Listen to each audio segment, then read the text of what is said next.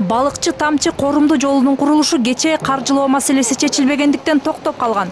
104 чакырым жолду бир сезондо бүткөрүү иши дээрлик 7 миллиард сомго эсептелген. Бирок бул каражат быйылкы жылдын бюджетинде каралган эмес.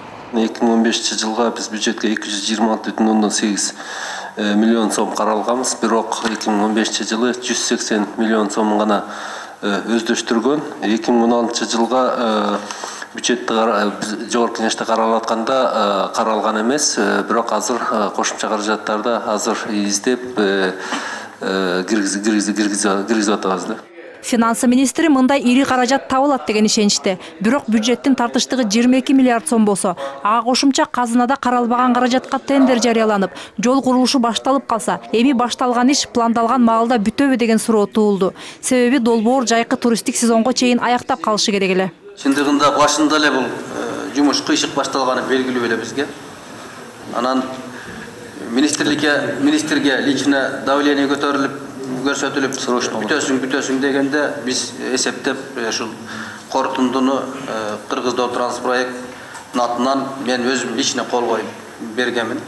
Себеп дегенде мен 35 жылдан ашык жол тармагында иштеп келе жатам. Ошонун ичинде 95-жылдан баштап инвестиционный проекттерде мындай ылдамдыкта курабыз деген фирманы мен бир да жолу көргөн эмесмин. Анысас келгенсип тендерда өтө көп мыйзам бузуулар менен өткөрүлгөн. Стратегиялык маанидеги жолду куруу бул иште тажрыйбасы таптакыр жок. Кытайдан келген 2 студентке ишенип тапшырылган. Алар тез арада түзүп алган Лонгхай компаниясынын лицензиясы да, техникасы да жок болуп чыккан. Мыйзам боюнча 3 жылдан ашык тажрыйбасы бар ишканага гана артыкчылык берилүүгө тийиш эле. Ал эми транспорт жана коммуникация министри бул кыңыр иштерде анын орун басары Уезбаев менен премьер-министрдин жакындарынын тиешеси бар деген пикирде.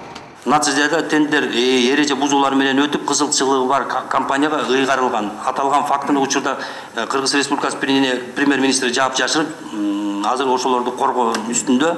Мындан тышкары мен өзүмдүн болбогондугума карабастан жана мен орун басарым бул жерден толугу менен регламентти бузуп, бардык кагазтардын баарына мен атыман кол коюп берген. Мен хотя бул жерде болгон болсом дагы. Сиздин бетте кызыкчылыгыңыз барбы, жокпу? Бардыгын астына мен толугу менен жооп бергенге даярмын. Бул жерде премьер-министрдин кызыкчылыгы бар, туурабы сиздин айтышыңыз боюнча?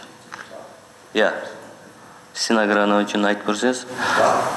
Эгер бул иштерге премьер-министрдин тиешеси бар экендиги далилденсе, ал отставкага кетиши керек дешет депутаттар. Эл өкүлдөрүнүн айтымында Лонгхай компаниясынын Кыргызстандагы өкүлү Азамат Жунушалиев, Аргынбек Малабаевдин жердеши, Акшумкар партиясынын өкүлү экендиги аныкталган.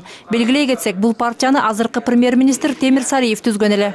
Мендеги маалымат боюнча ал жигит ушу Кыргызстанда бир саясий партиянын активный мүчөсү экен. Жанагы сиздин заместителиңиз Уезбаев деген жигит. Премьер-министрдин помощниги фамилиясы Султанов болуш керек, Нурбек деген жигит.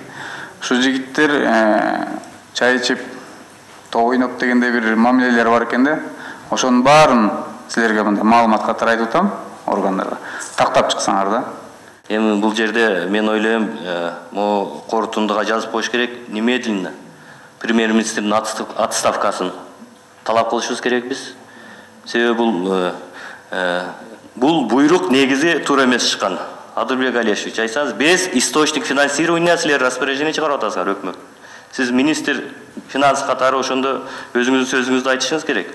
Акча жок, кайсы проектти биз башташыбыз керек? Ички иштер министрлигине Коопсуздук комитетинин алдындагы коррупцияга каршы кызматка бул фактыларды тактоо боюнча тапшырмалар берилди. Эгер чындап эле бул иште өкмөт башчынын тиешеси бар болсо, ал кылмыш жоопкерчилигине тартылышы керек дешет депутаттар. Мээрим Ташыбекова, Бакыт Кошалиев, НТС.